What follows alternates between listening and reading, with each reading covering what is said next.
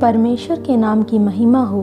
इस अनुग्रहित सुबह में परमेश्वर द्वारा दिया गया वचन है मत्ती रचित सुसमाचार का 15वां अध्याय 4वां वाक्य। क्योंकि परमेश्वर ने कहा था कि अपने पिता और अपनी माता का आदर करना, और जो कोई पिता या माता को बुरा कहे वह मार डाला जाए।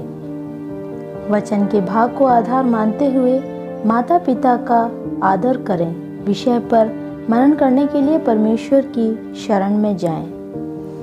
पवित्र शास्त्र में बहुत सारे वचन माता पिता का सम्मान करें, आदर करें, अनुसरण करें आदि सब लिखा हुआ है। पढ़े वचन के आगे के 1-2 वाक्यों में परमेश्वर इस तरह कहते हैं कि यदि कोई अपनी माता पिता से कहे कि जो कुछ तुझे मुझसे लाभ पहुंच सकता था, तो वह सम्मान नहीं। माता पिता को बुरा भला कहना तो दूर, उनसे हाथ उठाकर बात करना, उनके लाभ गिनाना, उनका निरादर करना, ये सब मृत्यु की सज़ा प्राप्त करने की योग्यता हमें प्रदान करते हैं।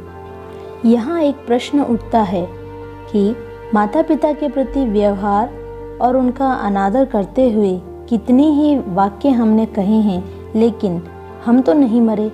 परमेश्वर की दया मात्र ही ने हमें जीवित रखा है।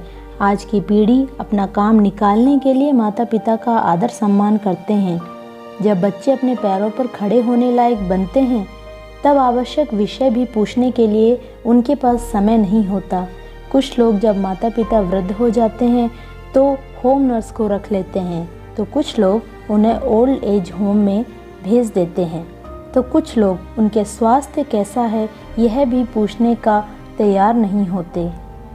याद रहे, ऐसे सभी लोग परमेश्वर के न्याय सिंहासन के सामने छोड़े नहीं जाएंगे और उन्हें योग्य सज़ा जरूर मिलेगी। पहले अपने माता पिता के सामने खड़े होकर बोलने में भी डर लगता था, लेकिन आज के समय में बच्चों के सामने बोलने में माता पिता को डर लगता है, क्योंकि स्थिति इतनी बदल गई है। परमेश्वर का भय, पवित्र शास्त्र के प्रति भक्ति और आदर किसी में है तो ऐसी बिगड़ी हुई स्थिति में भी दूसरों के लिए एक आदर्श बनकर अपने माता पिता की देखभाल कर परमेश्वर को प्रसन्न कर आशीष प्राप्त कर सकते हैं। कुछ दिनों पहले हिंदी न्यूज़पेपर दैनिक भास्कर के फ्रंट पेज के निचले भाग में एक समाचार ने मुझे बहुत आश्चर्यचकित कर दिया। एक किसान अपनी खेती की रखवाली के लिए रात में अपने खेत में एक छोटी सी झोपड़ी में सोया करता था। रोज की तरह वह सोया हुआ था, पर उस रात एक भालू ने उस पर हमला कर दिया।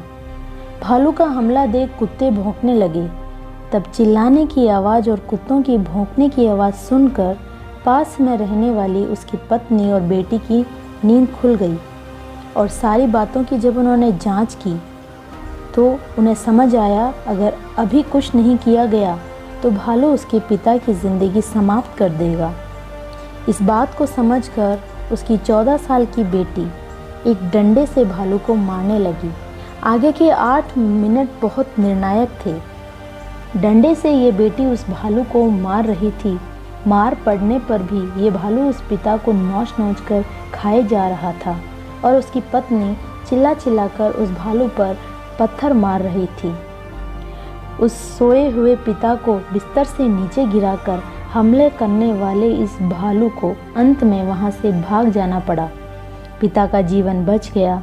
आज हॉस्पिटल में वे एडमिट हैं। अपने घर से स्कूल 8 किलोमीटर दूर, और रास्ता पूरा पत्थर कांटे गड्ढों से भरा हुआ था। इसीलिए उस बेटी ने 8वीं कक्षा तक ही पढ़ाई की, और उसके बाद वे अपने पिता के साथ खेती में हाथ बटाती थी।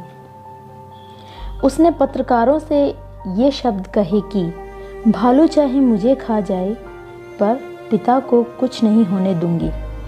प्रियो, उन्नत पढ़ाई और ज्ञान प्राप्त किए आज की पीढ़ी अपने माता पिता के प्रति सम्मान नहीं रखते।